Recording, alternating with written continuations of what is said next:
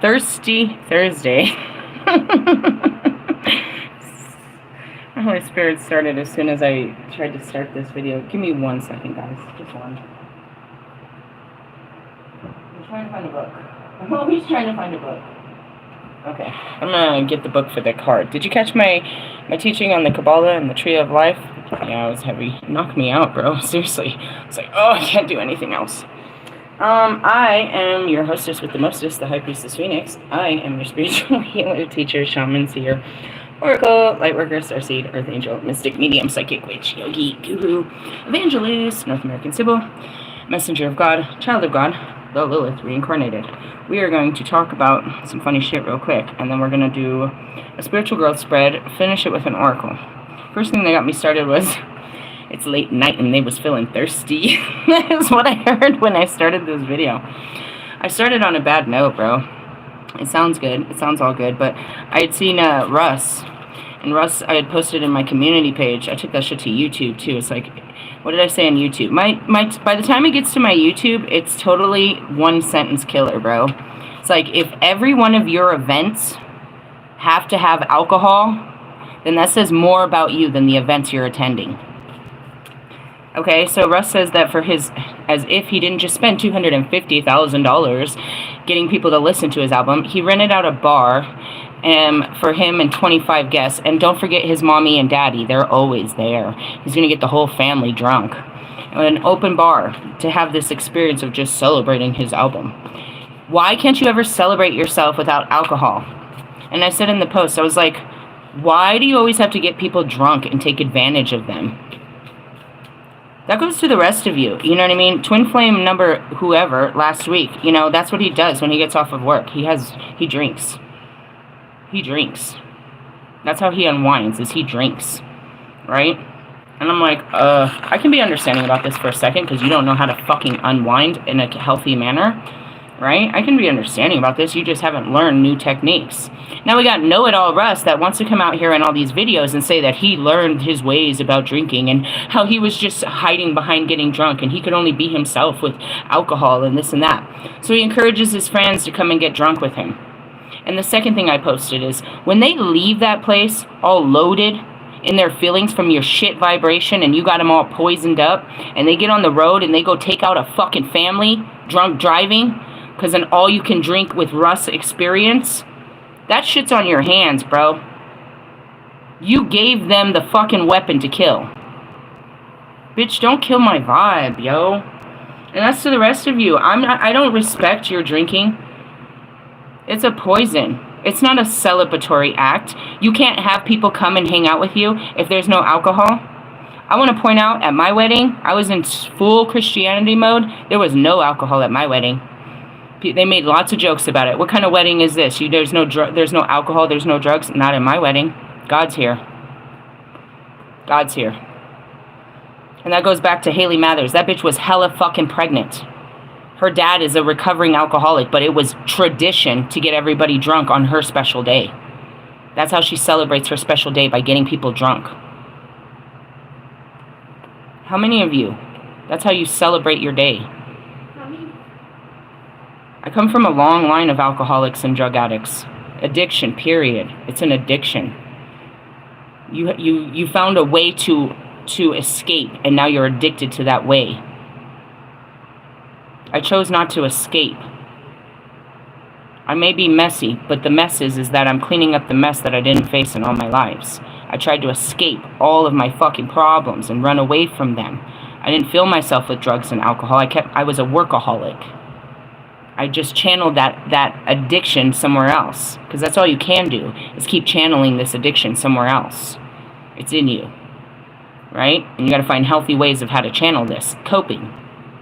This is how you learn to cope. This is how you learn to socialize. This is how you learn to fuck. This is how you learn to make friends. This is how you learn to pass time. This is how you learn to watch a football game. This is what comes with, a night out. You normalize the shit and say it's normal. And we gotta just, be with it. What a loser, right? What a loser. He didn't invite 25 of his own friends. Just random people. Because he doesn't have 25 real friends to come celebrate with him. And if he did, he'd have to get them drunk too. And spend his whole time trying to explain to him where he was coming from with this fucking song and this idea and where he was creatively. What a vagina. What a vagina. I'd call you a dick, but you're a vagina, bro. Loose lips. Saggy ass, pastrami ass vagina like your girlfriend over there. With your titties all out. I mean, seriously. To whoever in the future, you know, yeah, let's do a shot and celebrate. But that's it. If we're celebrating, if this is a celebratory drink, a one and done, cool. But as a recovering addict, 1,000's never enough, and 1 is too motherfucking many. Everybody has the desire. Dude, when I went to Vegas after I had stopped drinking, I was like, what do I do in Vegas if I don't drink? And even being there, and that was the same thing with Florida, it was still programmed to me. How am I supposed to sit on the beach without drinking? It's like this was part of the experience, was having this fruity drink with me. Was always part of this experience. I still have the experience without that part. But it was weird. It's very weird. What do you do in Vegas without drinking? You remember it being, you know, it's part of the experience. What do you do at a concert when you're not drinking? It's part of the experience. It's not. I assure you, there were tons of people that are at the fucking, in Vegas, at the beach, going to concerts, not drinking. Because it wasn't normalized in their life. They didn't go overboard that this is how we celebrate. Celebrate good times, come on. Sorry, as soon as that beat drops, it's like, whoa, okay then, I just gotta celebrate.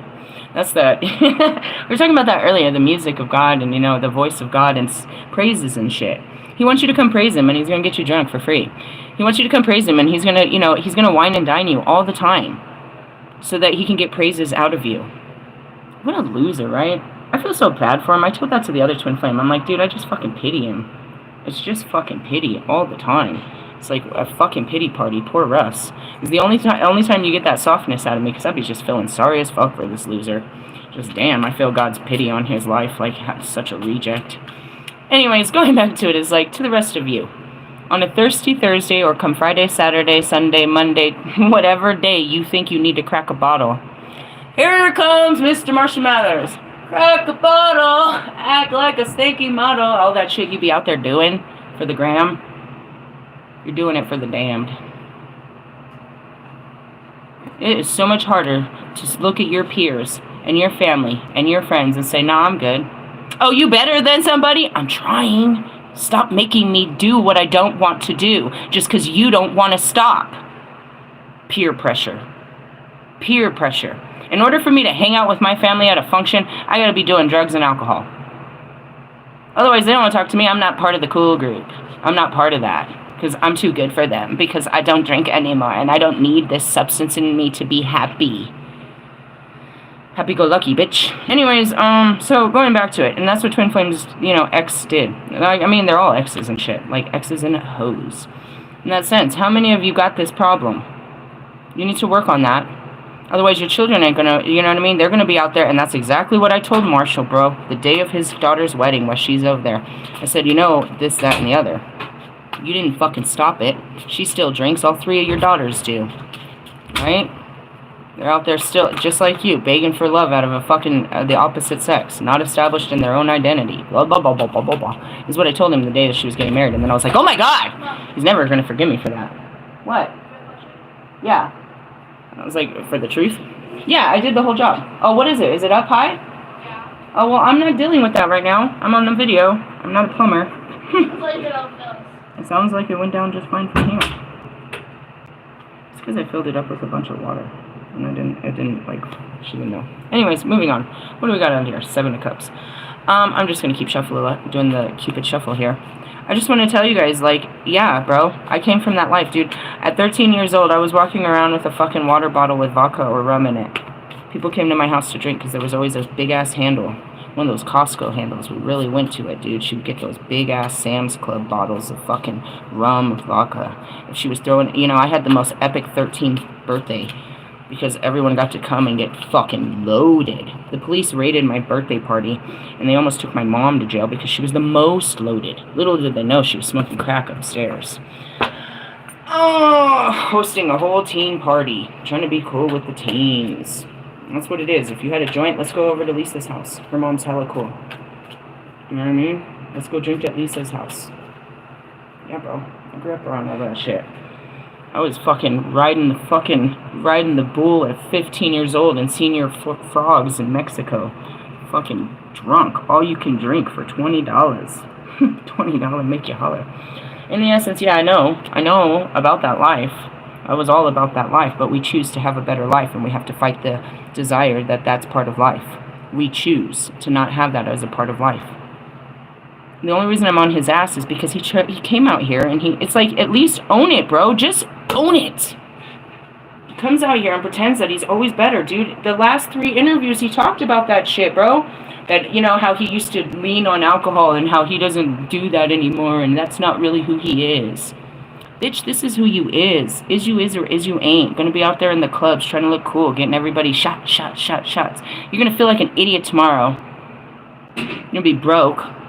Still not liked. It didn't help your fucking... Those 25 people don't help your album sales. It's done. Mr. #1 album of the year. Do you know who you're competing with, loser? And the year isn't even over. You're such a loser. Moving on. What do we got here? Let's finish this off. Let's start here. The advisor. I advise you to fucking be better than your ancestors, bro. Break the curses. And yeah, the way an addiction works is you have to leave the people. That's your bunk-ass, alcoholic-ass family members, Russ. You leave the people, and your drunk-ass girlfriend, she can never... You take her to every country to get drunk, bro. That's all she does. Take her clothes off and get drunk in every country, bro. She has a whole thing of it on her Instagram. All these great places where she's holding a drink and in her underwear. What the fuck kind of shit do you guys live in? Anyways, you have to get rid of the people. The places. Stop going to bars. Stop going to, you know what I mean? Every restaurant sells alcohol. Can't you just say no? No, because everybody else is ordering. Whatever you want, guys. Again, this goes back to the people you keep around you. You're not going to order alcohol with a bunch of teenagers, are you? You're going to get them drunk? You're going to be okay? You're going to be the adult getting drunk with a bunch of teenagers? The unsupervised adult? Alright? Get out of the places. And the things. If you associate alcohol with music, then you need to leave the music, bro. If you associate performing with alcohol, then you need to stop performing. The alcohol doesn't enhance your performance, as you said in your stupid, idiotic videos. It allows you to black out during your performance, and that's why all of you drink. So you could black out during your day, while you're performing your day. Or after a long day, you just want to fucking crack one. And until you get to a cool place. And some of you need a blunt and a drink, a couple cigarettes. You need this, that, and the other. You need so much to ground yourself. You have to feed into so many addictions to just be calm in your skin on a Thursday. But here comes Friday night, and all hell breaks loose. You want to turn up the music and buy a nice bottle.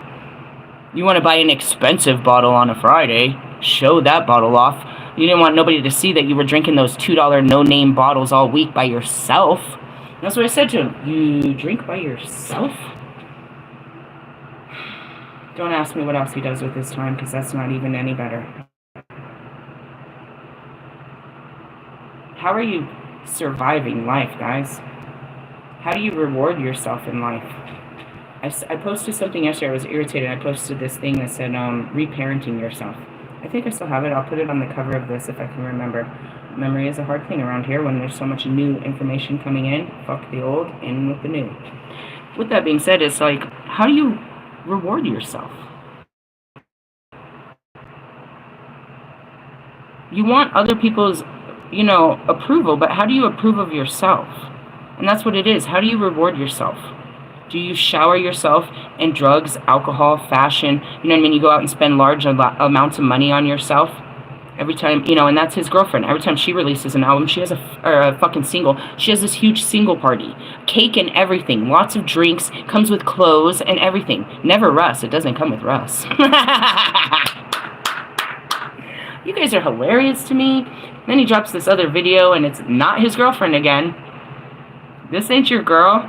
That's because you can't pay your girl to act. She don't know how to act right. And neither do you in your videos. You guys are just a show on Instagram. Trying to show some shit. Like you got some shit figured out. Why both of you are going to get lit and drunk with a bunch of strangers in New York. This is how you celebrate, bro. And your family. Damn it. What a loser. My mom was there. I had to bring my mom and my dad and my brothers and sisters. They're here to celebrate. But yet they will not celebrate you. They've never shared your work. They don't care about your work as long as you keep working and keep paying for their celebrations. I'm such a jerk off. I really am. I'm advising you guys to grow up. The rest of you.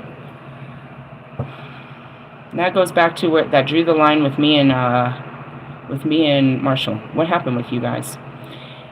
He released an album, and instead of promoting his album, he went to London and promoted Dr. Dre's Gin and Juice. A man that stands as an emblem of sobriety went out there and danced and sung for a pop can fucking alcohol beverage for kids.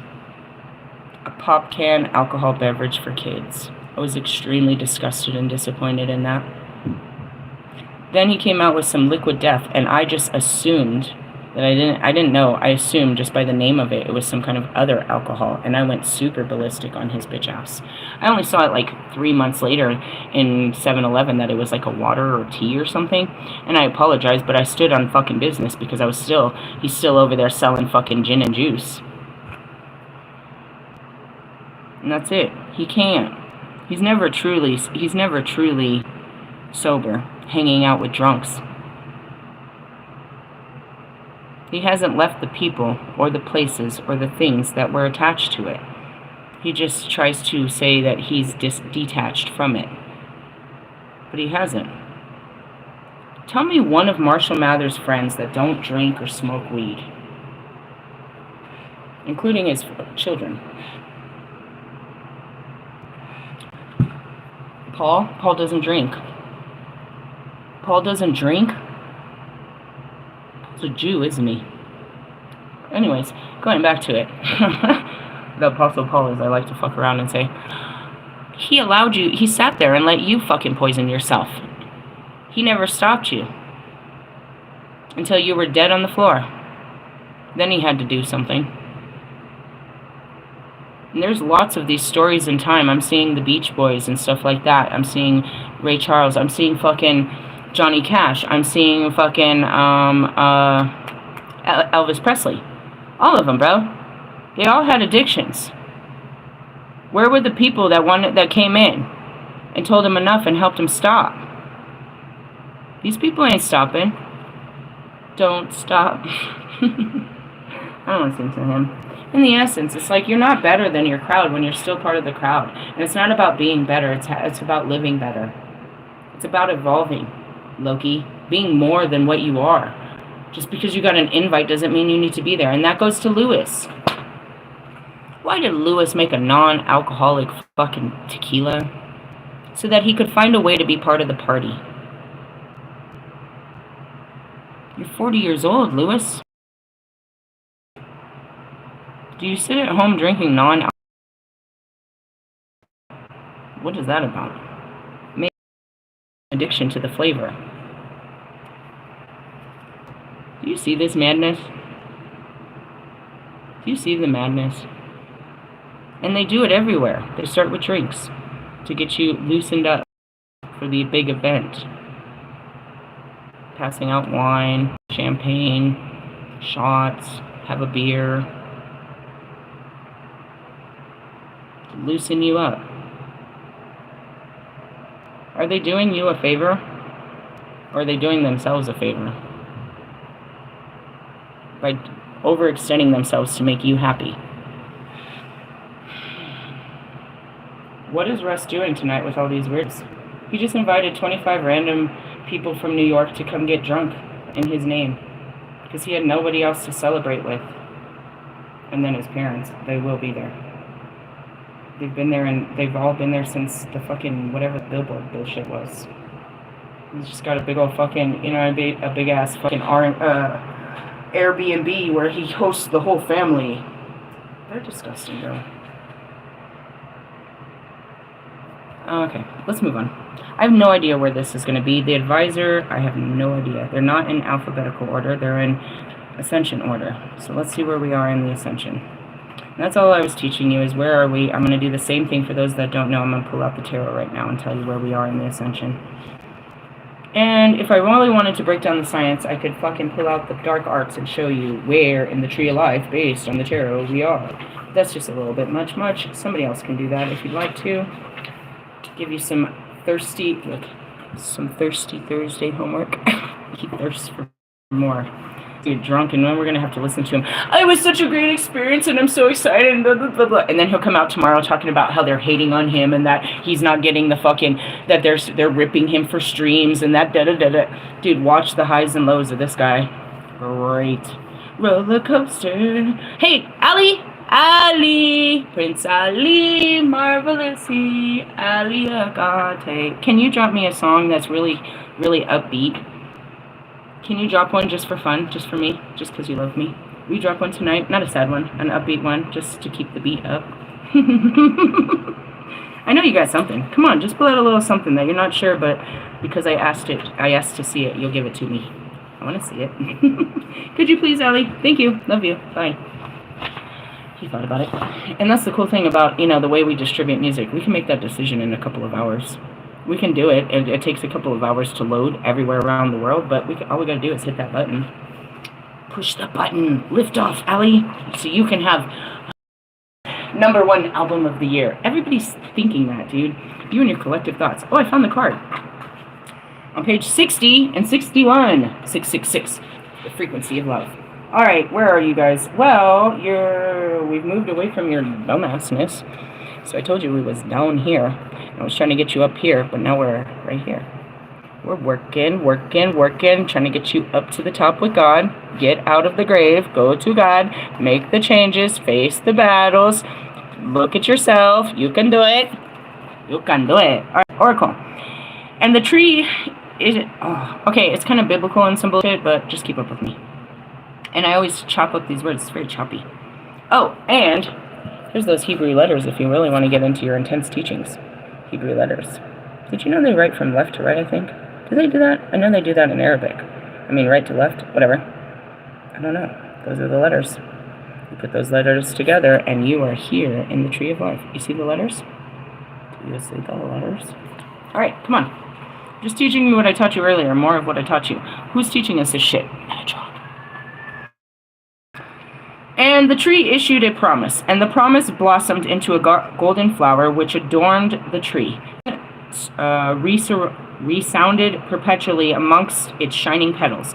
And when the sun declined and the flower would close, hugging to itself the potent pollen of experience, the tree would then sigh, stretching forth its branches, and a new wood demanded a place in the air. This is the advisor told the neophyte. Whatever. You guys and your old ways of talking. Commentary. Now myths begin to arise. The truth that must be related when higher and lower worlds meet cannot be understood in normal terms. I told you, it's beyond your understanding. Images, symbols, and myths must be brought into play.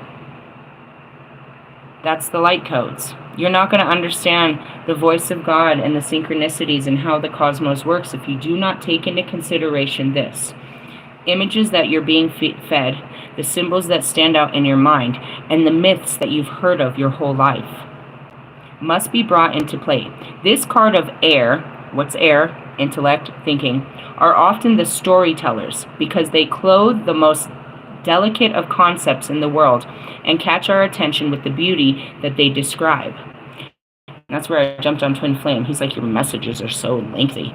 It's like, my job is to describe this. And that's what I said earlier. How do I get so burnt out?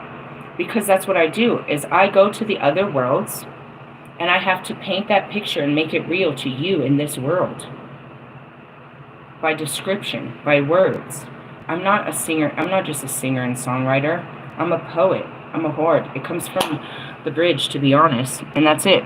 God created with nothing more than those words. Choose your words wisely. The sword is a two-edged blade.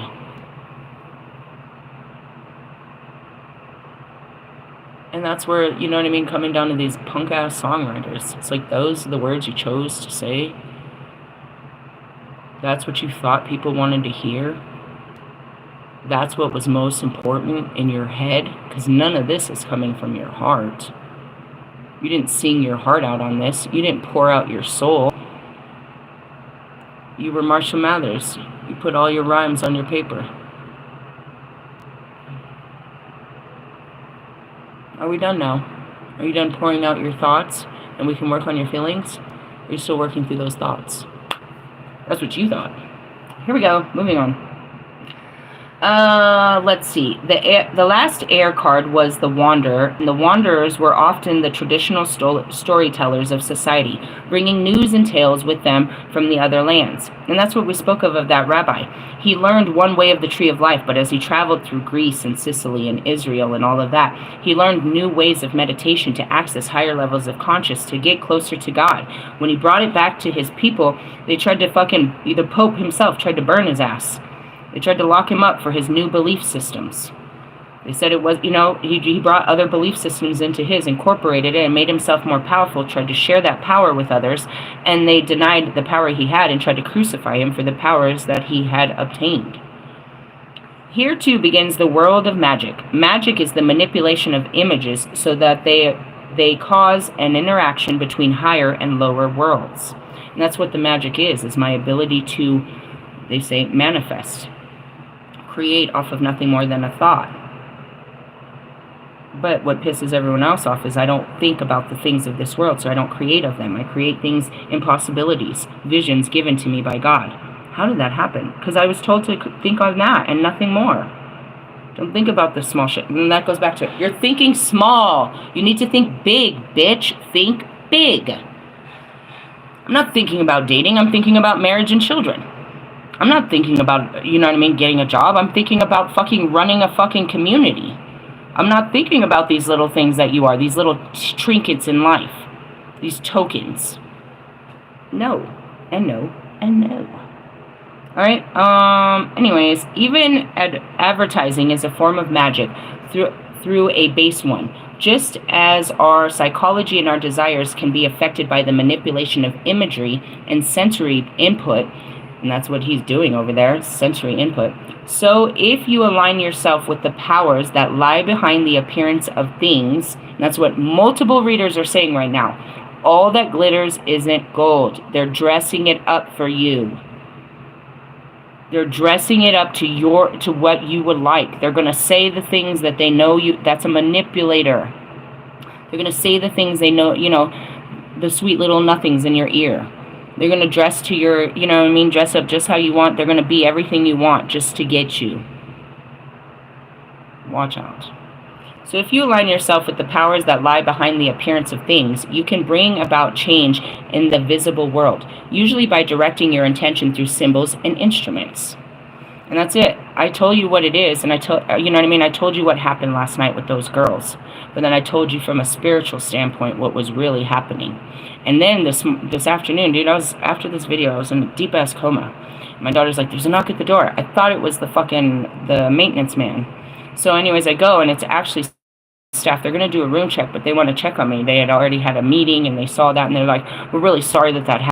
Let you know they was out there drinking for hours, and they had already almost ran over one of our other. I watched it happen. I was walking Nana across the parking lot when they first pulled in.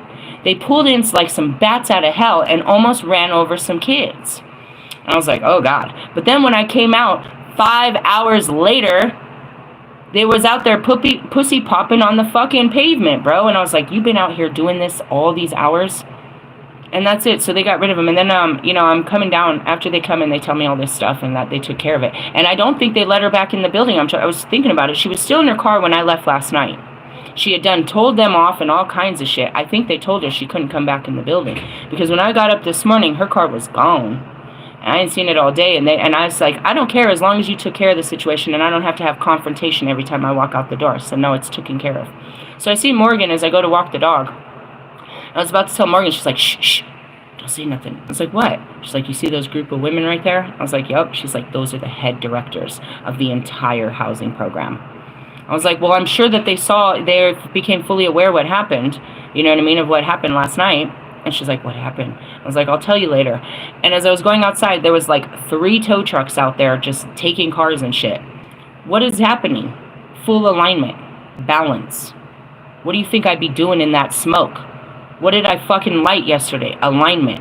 Everything's going to go back into the right place. When I go somewhere, all hell breaks loose so that it can be broken off. All hell breaks loose, and that's the lies. The truth comes out. And that's it, you know what I mean? Anybody, that they got rid of the girl next, all those people, they're gone. Remember that girl I told you she was all fucking crazy about the water and shit? And then the other girl, they're gone. Is it my fault? Am I running around snitching? No.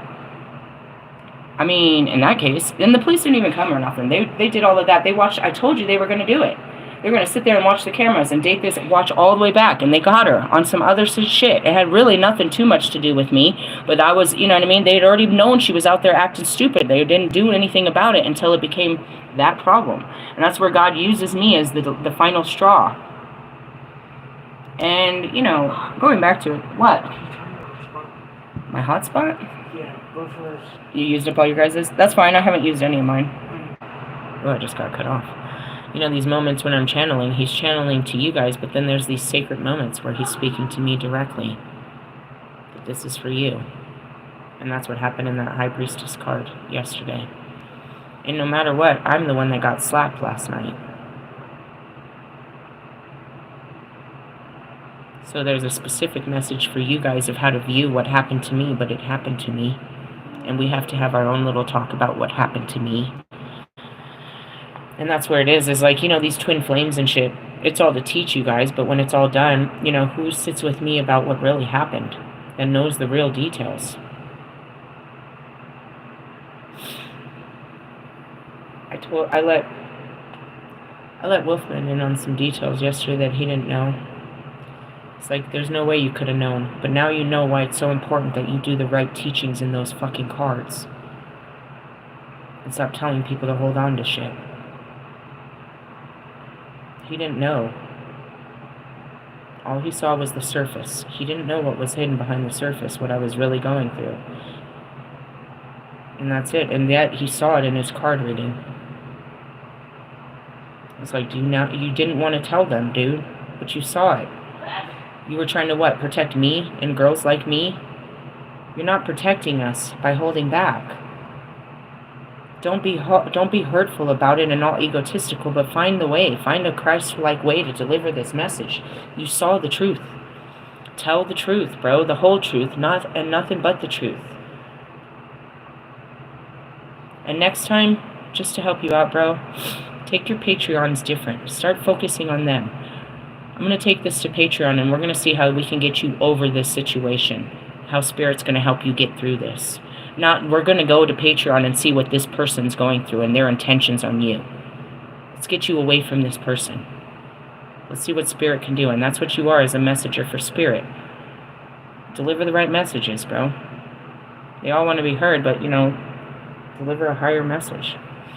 And that's it. It's like sometimes, you know, just sharing some details can change everything. The smallest details can change everything. And so I chose to let him know the details. And that changes his complete perspective of whatever he thought. That's what you thought. That's what I thought too. So this is a good teaching. They always are. As much as I thought it was going to be light, they're going to be heavy because they're filled with so much light. And that's what's happening. As I do this, I try to have a cigarette. I can't even smoke weed anymore after these. I am burnt out. I can barely breathe in a cigarette and come up here and die. I'm eating a lot more because I'm like burning so much energy in me. I'm eating more meals. I'm like hungry a lot more. It's like, are you pregnant? Yeah, I'm birthing the universe, I suppose. $1 billion baby called this documentary. But it's heavy. God's works are heavy, bro. You know what I mean? Jesus loved what he did, but it was a heavy burden to carry, to just walk around and, you know, be the image of God. Be the voice of God. Do the works of God all the time. You don't get to just, all right, let me take my crown off And that's where you hear me crying, come on, God, leave me alone. I just want to go hide out. Just leave me alone. Just leave me alone. Just leave me alone, God. Just leave me alone, God.